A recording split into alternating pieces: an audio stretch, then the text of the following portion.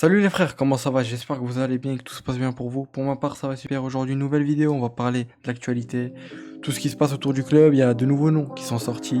On est directement partir.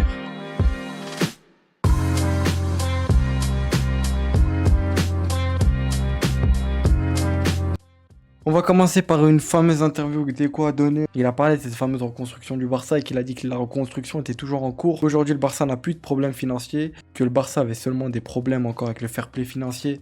Il a aussi parlé que le club, avant l'arrivée de Laporta, traversait une crise financière majeure. Vraiment, c'était... On l'a bien vu, Bartomeu a laissé d'énormes dégâts dans le club qui se reflètent encore aujourd'hui. Mais il a dit qu'aujourd'hui, le club a signé l'un des plus gros contrats avec Nike et qu'ils allaient rejouer au Spotify Camp Nou avec une capacité de 65 000 spectateurs. Ça a été officialisé. Il a dit que ensuite, un an après, le stade sera à capacité pleine. Il n'y aura que 65 000 places. Ça évoluera au fil du temps et l'année prochaine, il y aura le stade qui sera à la capacité pleine. Je crois qu'il y a à peu près de 110 000 personnes. Parlant du stade, on a aussi eu le feu vert de la Liga qui a accepté là, pour que le Barça débute leurs 4 premières journées de championnat à l'extérieur. Le retour du Camp Nou est prévu que le 20 ou le 21. Tout dépend. Si le premier match de Ligue des Champions se déroule à domicile, ça se fera plutôt vers le 16 ou 17 ou 18, on ne sait pas encore. Ça fait plaisir, comme je vous l'ai dit. Il n'y aura que 65 000 places, mais l'année prochaine, le stade sera à cette capacité pleine. Ça fait plaisir, enfin. Ce stade qu'on attend depuis un moment. On va parler maintenant de ce bon vieux Marc-André Ter Stegen. On sait qu'il y a énormément de choses qui se disent autour de lui. Beaucoup d'infos sortent, on sait pas si c'est vrai ou faux. Comme j'ai toujours dit, il faut vraiment faire attention aux sources, etc. Des fois, c'est des sources qui sont totalement fausses. Mais il se dit beaucoup de choses autour de Ter Stegen. Ce qui s'est dit ces derniers temps, c'est que Ter Stegen pense qu'il est capable de dépasser et de prendre cette place de titulaire à Juan Garcia. Maintenant, ça parlerait plus vers un départ. Et récemment, ça parle d'Al Hilal qui voudrait le signer avant la Coupe du Monde des clubs. Lui, ce qu'il souhaiterait, c'est rester au Barça. Après, maintenant, ce que j'ai compris, c'est qu'il serait entre guillemets en guerre avec le club. Il a pas aimé ce qui s'est dit ces derniers jours, etc. Qu'on le rabaisse. Il a pas aimé comment ça a parlé de lui. On sait que ce fameux entraîneur des gardiens qui est Ramon de la Fuente, il est avec le Barça depuis très longtemps. Ça parlerait que si Ter Stegen part, il pourrait partir avec lui. Ça pourrait quand même impacter ce poste d'entraîneur gardien où il faudra en trouver un autre. Mais voilà, si Ter Stegen part, possiblement qu'il part. Je pense que vous le connaissez tous, hein, c'est ce fameux chauve qui, pour ceux qui s'en souviennent, sur le dernier Classico, il avait lancé cette fameuse tablette. Maintenant, on va parler du frérot Oriol Romeu. Et oui, Oriol Romeu joue toujours au Barça. Avant de parler de lui, on va parler de l'anglais qui, enfin, son contrat a été résilié. Le club et lui ont été mis d'accord. Ils lui ont versé une somme, mais pas la totalité de son contrat. En tout cas, son contrat a été résilié. Ça fait plaisir parce que ça libère une place énorme dans la masse salariale. Qui touchait, il me semble, 20 millions. Ça va libérer à peu près 20 millions. C'est énorme.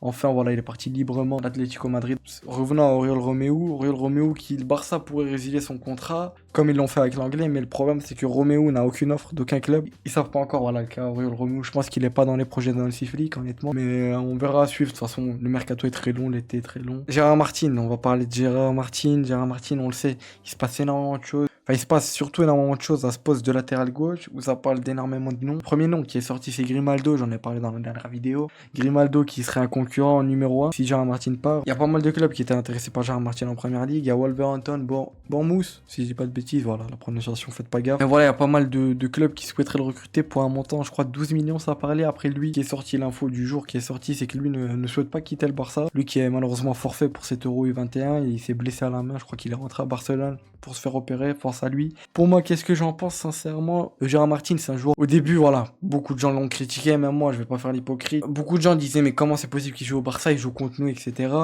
Mais on a vu, sincèrement, en tout cas pour ma part, j'ai vu une énorme progression de sa part. On sent qu'il est plus à l'aise. Après voilà, c'est loin d'être un mauvais joueur, c'est juste peut-être un joueur qui doit avoir cette confiance, etc. Avoir du temps de jeu qu'il a eu et qu'on a vu qu'il a en ayant du temps de jeu, vraiment on a vu une nette amélioration de son niveau. L'une de ses qualités premières qu'il avait même montré en pré-saison, c'était sa qualité de passe. Il a vraiment une belle qualité de passe. Ce qui s'est dit, c'est que en cas de départ de Gérard Martin, ce serait Grimaldo le numéro 1. Si Grimaldo ne viendrait pas, ça serait Caio Henrique, défenseur de l'AS Monaco. En parlant de l'AS Monaco, on sait que Fati devrait signer. Il me semble que ça a été officialisé par Fabrizio Romano, lui qui a notamment aussi officialisé Juan Garcia, qu'on va en revenir après, mais voilà. Ansu Fati, c'est triste pour lui, mais ça parlait, je crois, de 12 millions. On va aussi parler un peu de ce poste de latéral droit où Hector Fort, on sait qu'il y avait pas mal de bruit autour de lui. Il parlait peut-être d'un prêt au PSV, etc., d'autres clubs aussi, mais lui ne veut pas partir, il est très content à Barcelone et veut rivaliser l'année prochaine avec Koundé et Eric Garcia, parce que voilà, Eric Garcia maintenant peut jouer à ce poste-là aussi, il a très bien montré avec une fin de saison hors norme. Eric Garcia, pour en venir en parler aussi, va même prolonger. Ça parle de quelques temps. On sait que Deco aussi en a parlé, qu'il est de retour à Barcelone et qu'il compte gérer tout ce qui est prolongation, etc. Il y a pas mal de joueurs qui doivent prolonger, dont Eric Garcia. Maintenant, on va parler un peu de Juan Garcia. Juan Garcia qui s'est fait même, Fabrizio Romano, il l'a officialisé. Il n'y a pas encore le Barça qui l'a officialisé. Ça devrait peut-être sortir dans la semaine qui arrive. Mais voilà, ça a été officialisé. De base, ça parlait d'un contrat de 5 ans. Maintenant, ça parle de 6 ans pour une question de masse salariale, etc. Mais voilà, de base, c'était jusqu'en 2030. Là, c'est jusqu'en 2031. La clause que le Barça va payer cette semaine qui arrive, très certainement, elle est de 25 millions. Voilà. On en avait déjà parlé dans l'ancienne vidéo. N'hésitez pas à aller la voir où je parle un peu de Juan Garcia, etc.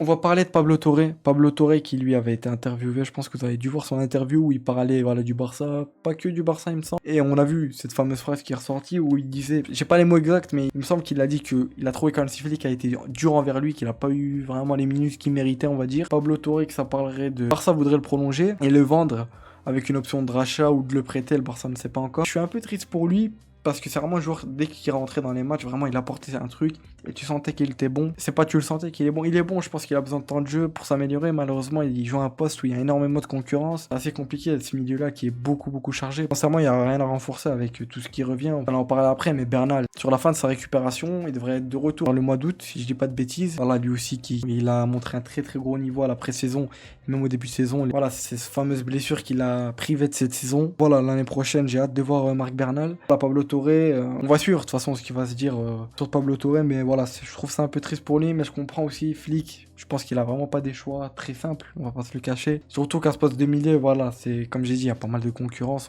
En parlant tout à l'heure de prolongation, mais on sait que ça parle pas mal depuis un moment de la prolongation de contrat de Frenkie de Jong. Beaucoup se posaient la question, est-ce qu'il allait prolonger, etc. Lui a dit qu'il était très content en Barcelone. Lui souhaite prolonger, le Barça souhaite le prolonger. Il me semble qu'il y avait eu un souci avec son agent. Je crois qu'il a plus d'agent là. De Jong, il s'est libéré de son agent.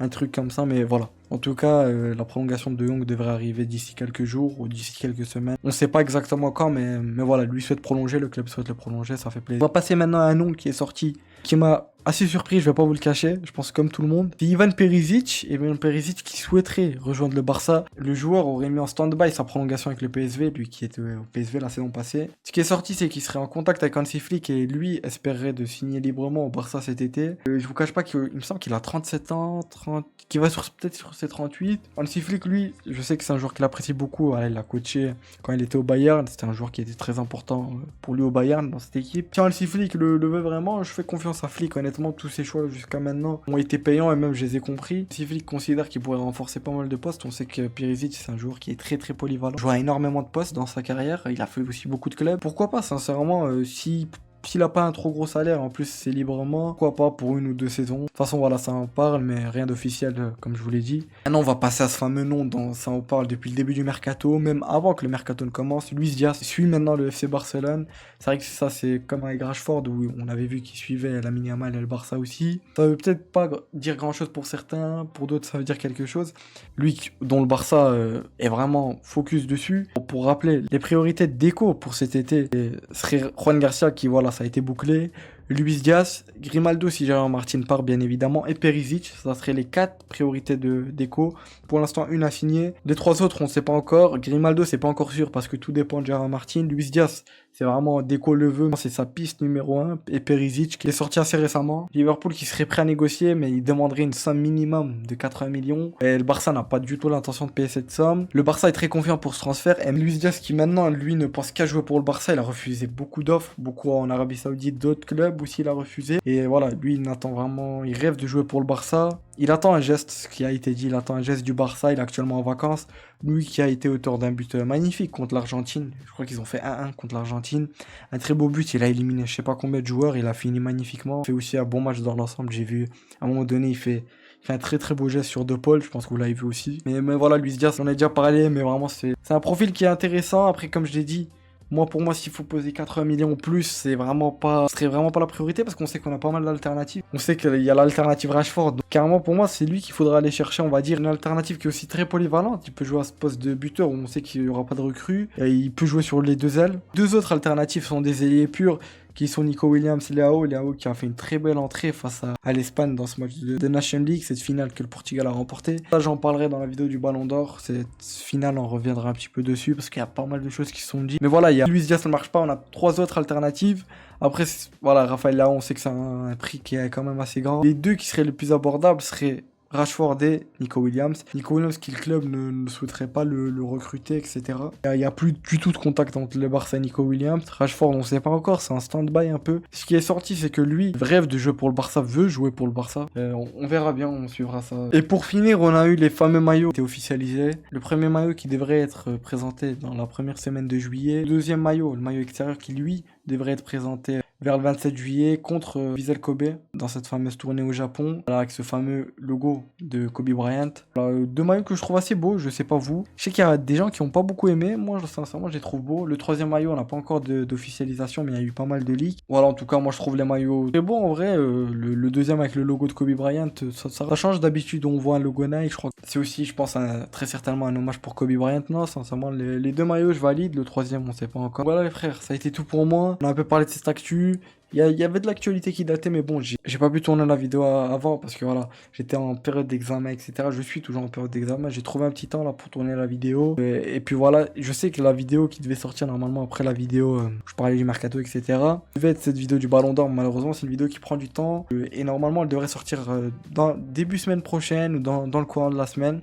Parce que voilà, faut que je parle de pas mal de choses, il s'est dit énormément de choses. J'ai aussi envie de revenir sur cette finale de Nation League Espagne-Portugal où il y a eu énormément de choses qui sont dites. Voilà, c'est une petite vidéo pour parler de l'actu, tout ce qui se passe autour du club. Et puis voilà les frères, j'espère que vous avez kiffé la vidéo, en tout cas les frérots, n'hésitez pas à me dire vous ce que vous pensez de l'actualité du moment, ce que vous pensez aussi des maillots qui ont été leaks, si vous aimez ou pas. Et aussi je tenais à vous remercier encore une fois pour le soutien, ça fait extrêmement plaisir. De jour en jour de nouveau, et voilà, bienvenue à vous les frères, je vous remercie. Voilà les frères, c'était tout pour moi, c'était Azro, portez-vous bien.